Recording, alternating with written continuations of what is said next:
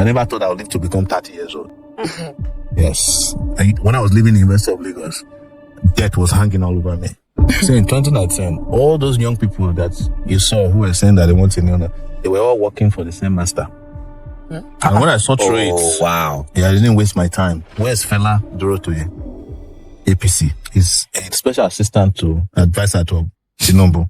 They don't appoint you as a special advisor overnight. If you don't get what they do for them. When they special. Nigeria has an Igbo problem.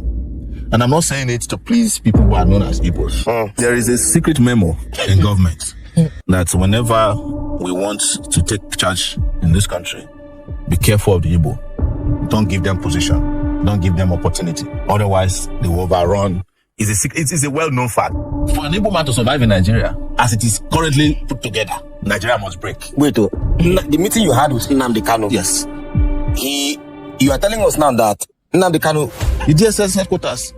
Yes, is it the same DSS people who are watching BB Nigeria from morning to night? No, it's true now. Don't you know what happened, the cop pogrom in this country, where people were slaughtered and their bodies and their heads placed inside the train going down south? Where they were slaughtering them and sending their bodies and their heads inside Calabash and sending on trains that was heading east. Were they Easterners? They were Easterners. Before you discovered Peter Obi, I was already running for president. And now because when we discuss young people in Nigeria today, there's a weight of expectation. And it is good that you have shared your story. And this is indicative of the fact that when people speak of young people, it's not like, the young people today are any different from the young people, from the past. And it was even worse off them because, it was you and other young people standing up to military dictatorship. Absolutely. For people who are conversant with history, Ibrahim Badamasi Babangida was described as Maradona because he said to know how to dribble. He go to tell you sorry for front, but now they do you the thing for back. But he was also deadly because he was the one who killed Vatsa and the coup plot. It was a period they were dropping military officers from the sky. Yes, there was a major air crash that ruined the entire middle cadre military at that time. So it was the period that Charlie Boy sang 1990, which was how I got to know Charlie Boy, where he was singing against the continuous transition. Babangida kept doing transition program every day. He was the one who set up two parties. Then he brought new breeds and old breeds. He was dribbling everybody, but he was also very deadly. It was a time that a lot of people were also killed, assassinated. And that also drifted to the Abacha regime, which is another story. So for a 21-year-old, what was the driving force? Because you had parents. You saw firsthand the experience, how your dad had to move from Ondo State to Lagos, the dean advising your dad to tell you to run. Yes. Imagine somebody telling my dad, tell your son to run because they are looking for him. What was the driving force? What was going through your mind? I have always said it that I don't want to sound like a motivational speaker. I don't know what it is, but I know that I had experiences growing up. When we were in our village, we had police invasion when I was 10 years old. That I said to myself that night. When you were 17? When I was 10 years old in my village on Christmas Eve, some young people went and fought police in the marketplace because they used to come for extortion. So it is the time that our Lagos guys come home. Yes. So to show that Lagos guys fit confront police, they go rough handle police. Police came in hundreds at night. About Biafra. Yes. You had a meeting with Nnamdi Kanu, and that sparked, in fact, New York. Yeah, I think you got arrested after that meeting. People would say, you people are not fighting the same cause. You are fighting to be the president of the country. Yes. He is fighting to divide the country. Yes. People would say, why would you be seen in such a meeting? Would you like to clear that air? See, anybody that lacks any sense of consciousness would ignore social movements. That is the problem with Nigerian leadership. You cannot have a country in which there are 251 tribes or language. And one big section says, we are not satisfied with here. And you don't talk to them. You don't understand them. Then you are not a leader of that country. The reason I met him was to understand first what his struggle was about, which I knew already. And secondly, to also advise him on the way that I think we could all work together. And thirdly, to send a message to the Nigerian people that we can walk through our differences, even at these levels. And I was surprised that contrary to what some people are saying, he did not want Nigeria to break up. He wanted a Nigeria where the Igbo man can survive. But for an Igbo man to survive in Nigeria, as it is currently put together, Nigeria must break. Wait, the meeting you had with Nnamdi Kanu. Yes.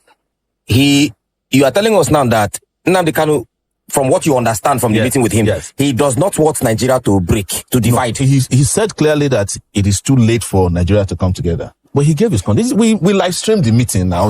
It's online. Okay. And part of it was live streamed. Some of them were private. But he said that he feels that if Nigeria were to respect certain protocols, including a referendum inserted in the constitution, and he still says it even now in court, that if he's released, he will go back and end the bloodshed. The bloodshed is in that part, and that a conversation can. He says that in every court appearance, that he's being held is not helping the opportunity to have a conversation about whatever it is, the unity you are begging for.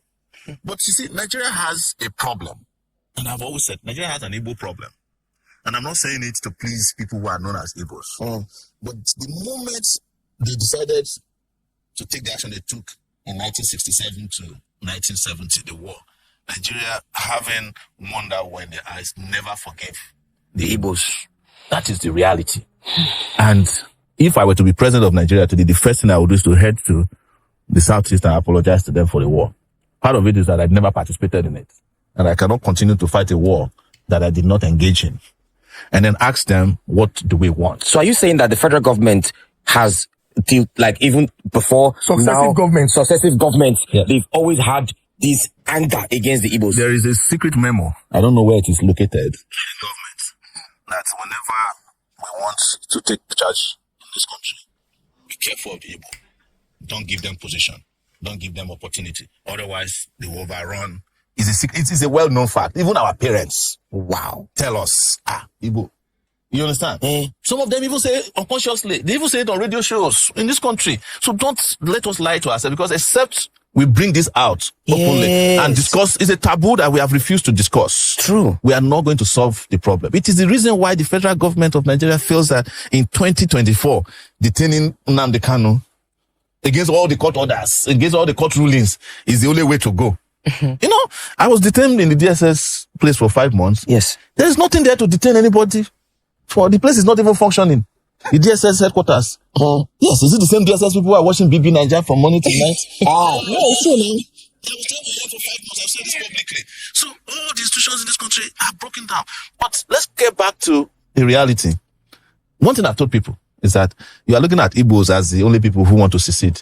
But who in this country today has not mentally seceded from Nigeria? Mentally seceded. Who has not left? Except those who are trapped.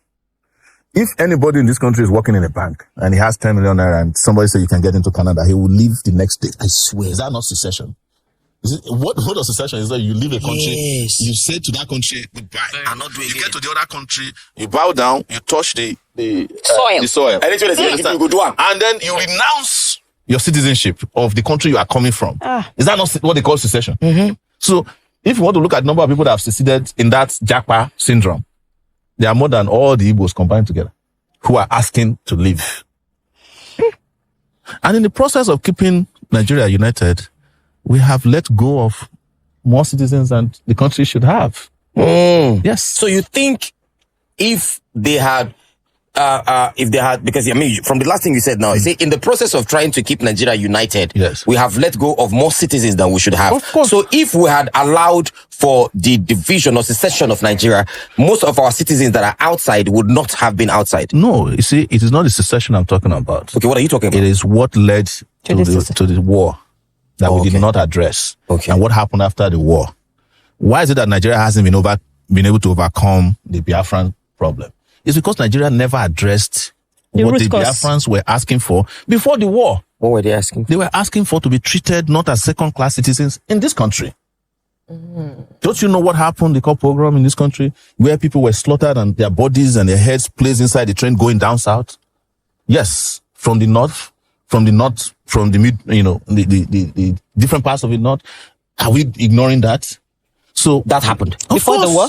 Before the war. That's what they call pogrom. History. You know, people who were settled, doing well, they were slaughtering them and sending their bodies and their heads inside calabash and sending on trains that was heading east. Were they Easterners? They were Easterners. Why are you asking me? It's there go and Google it now.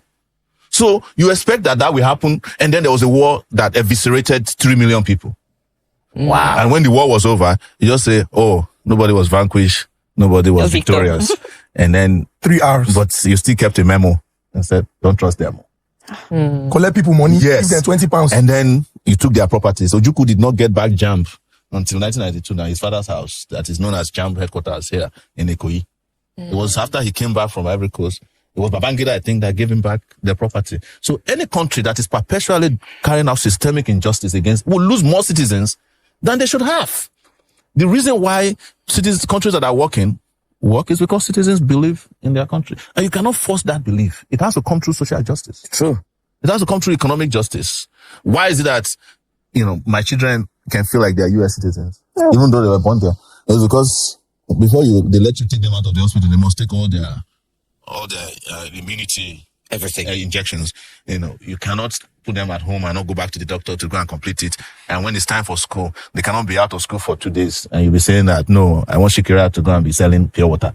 He will go to jail. So, and then when it's time for them to go to college, there is loan, there is grant, You are talking far. If you burn them in the hospital, you cannot even go home with that child if they've not approved you to go home with the child. Not only that, you cannot even throw your child up in the hospital. The way we do it here, now we just start playing with your child. You can't. You're not allowed to just let your child fly in the air. They say you want to ruin their brain. When we're born, we see happens now. They will put hot water in your ass. They will be murmuring. They will be using hot, a rag to be pushing your head together. In the process, maybe that's where they shift some of our brains. Now, So it is fundamental that we understand that what makes people feel like citizens is what their country has to offer to them. And then they in turn would offer something back to their country. Sometimes their life. Yeah. And it's a question people ask me, why would you have all this life and come back and be suffering here? I said to them, we are built differently. Some of us, this is how we designed our convictions. There are some of us that even fight for country we have never been to before. I fight for Palestinians. I fight for South Africans. Why can't I fight for my own people? Nigerians. 200 million people on the largest continent on earth. Still on the election. Before election, not best. Before election. Based on the last thing that he said. Okay. Sorry, my brother. No problem. He said, you fight for Palestinians. You fight for South Africans. Why can't you fight for Nigerians? I mean, maybe this question should be later end. But let me just bring it up before I forget. Do you ever regret fighting for Nigerians? Because there are some times that you go online, you see some things, and look at the people I'm fighting for. They are busy talking about cruise. They are busy talking about who is fighting. They are busy talking about whiskey. Some people say Zukwani. Some people now say, Sowore, Zukwani. You too, rest in Jesus' name. Do you ever regret fighting for these people? No. The only thing people must understand about fighting for people is that it's a thankless job. It's a thankless job. Yeah, if you expect something from it, you'll be very, very disappointed. And that's where the trauma comes from for people who sometimes will just get arrested by police one time and you never hear from them again. Because that period that you have expectation for people to rise and support you, and if they are not there, it traumatizes people a lot. I know what it is. It's really part of reasons why if I hear that somebody is suffering oppression, I intervene in the best possible way I can to get them out. Because it's a very slippery slope. But for me, I don't expect anything from anybody. I don't expect to be paid. I don't expect to be praised. If I was expecting something, from people, when I wanted to start Sowore Reporters, I would have been putting pictures of rich people. It's the easiest way to get rich. Just go to their weddings, form magazines, put them there in the best, ask them to bend, and take nice pictures of them. That's not the way to offend people.